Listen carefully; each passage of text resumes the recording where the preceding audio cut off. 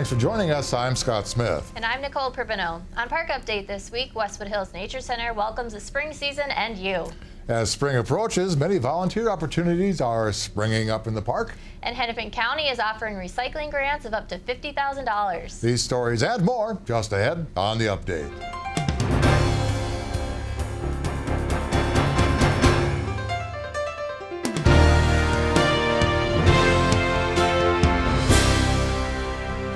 The city welcomes you to join in the public process to help design guidelines for the south side of Excelsior and Grand.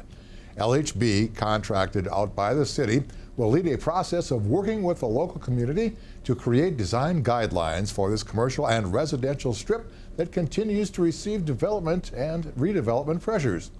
The process will begin with a general neighborhood meeting. A task force will then be assembled and will meet 4 to 6 times to provide information and input on the guidelines, as well as review and evaluate the consultants' proposals for the guidelines. The kickoff meeting will be on Wednesday, March 19th from 6:30 to 8:30 p.m. at City Hall in Council Chambers.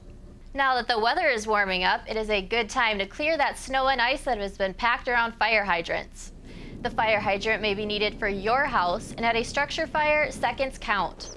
It takes 5 to 10 minutes for our fire department to clear a snow-covered hydrant when we could be focusing on the fire. Please help the fire department out by shoveling the snow around your fire hydrant.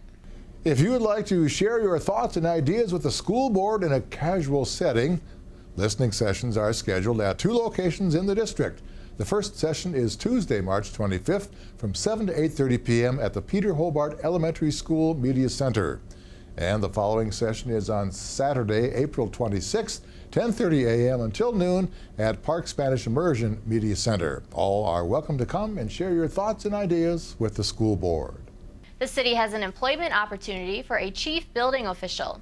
The position entails supervising the Construction Codes Division of the Inspections Department, leading and coordinating staff to provide exemplary customer service in applying the state construction codes and related city ordinances for the benefit of the public. The deadline to apply is March 19th. You can view the full job description and apply online at stlouispark.org/employment.html. The city's environmental coordinator, Jim Vaughn, will be holding a spring landscaping workshop for residents to learn about alternative landscapes, invasive pests, and other current landscape trends. The workshop will feature ways to find out how you can enhance and sustain a wildlife and insect-friendly yard and garden. The workshop will be held Tuesday, March 25th, 7 p.m. to 8:30 p.m. in City Hall Council Chambers. The workshop is free and no registration is required. The city is regularly looking for volunteers to help with a number of duties throughout the community. With spring here, a lot of volunteer positions involving cleaning up parks, planting flowers, and tidying up the Minnehaha Creek shoreline. For more information about volunteering in St. Louis Park, please contact the City Volunteer Coordinator, Laura Ingebrigtsen, at lingebrigtsen@stlouispark.org or call 952-928-2847 or visit stlouispark.org and search volunteering. Well, are you a business that wants to start recycling? Maybe improve the recycling program you already have. Hennepin County is offering recycling grants of up to $50,000 for businesses, nonprofit organizations, and institutions to start or improve programs to divert recyclables and organics, food and non-recyclable paper, from the trash. These grants can help with the purchase of containers, equipment, purchase and installation, hauling service charges, and minor improvements to loading docks and waste enclosures. Having a strong recycling program conserves natural resources and reduces greenhouse gas emissions, can help a business's bottom line, and demonstrates their commitment to sustainability to their customers. Learn more by visiting their website, hennepin.us, or calling 612-543-1316. Just ahead, Nicole has events for the young and young at heart on Generations.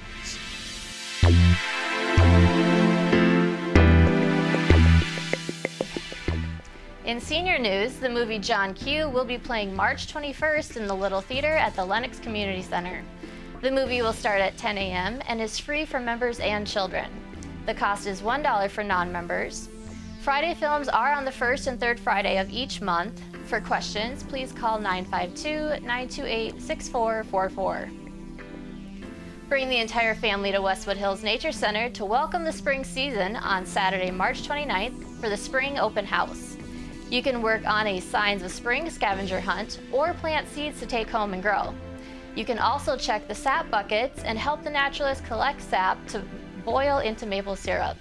The event is free, but pre-registration is required. You can register online at westwoodhillsnaturecenter.org or call 952-924-2544. Come join Children First for the 3rd annual Champions Breakfast on Friday, March 21st from 7 to 8:15 a.m. at the Doubletree Park Place Hotel.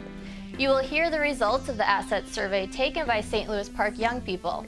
Celebrate the important role that asset champions play in St. Louis Park and meet others from the community who are committed to our youth. It's free to attend and includes a light breakfast. This is a fundraising event, so you will be asked to consider making a donation.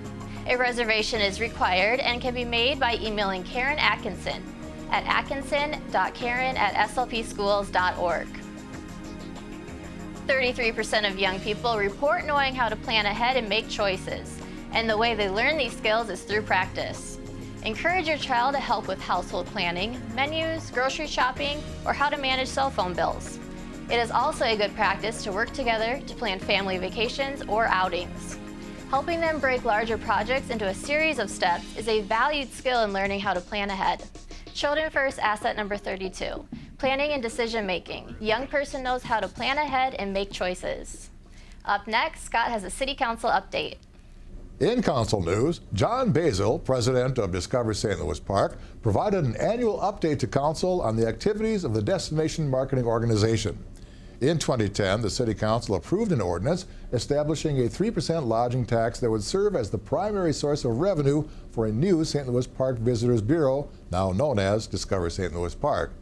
Basil began serving as president of Discover St. Louis Park in July of 2011. Since that time, Discover St. Louis Park has been fully established and has made significant progress in promoting St. Louis Park as a visitor destination. Everybody knows about St. Louis Park here locally, but we want people regionally to be aware of St. Louis Park and the assets, because when people come into our city from a tourism and travel perspective, they spend money. And when they spend money, and the average day traveler spends $45 a day, that helps our local businesses and helps us keep strong in our community. You can learn more about the organization on their website, discoverstlouispark.com. Now, here's Misty Lewis with a sports break.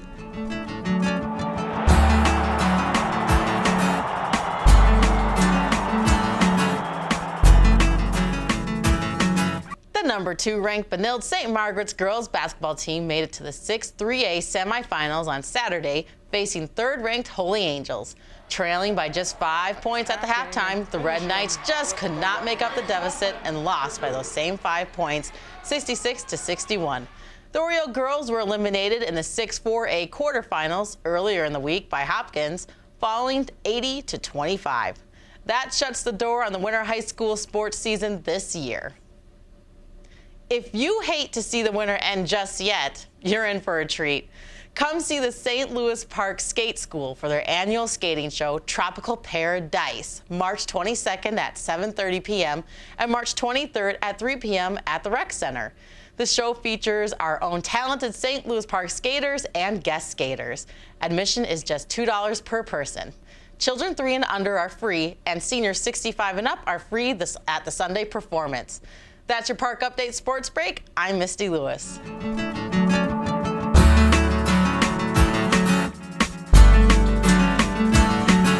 Well, that's it for this week's Park Update. Thank you for watching. We'll see you again next week. Until then, be sure you take some time to get out and experience life in the park.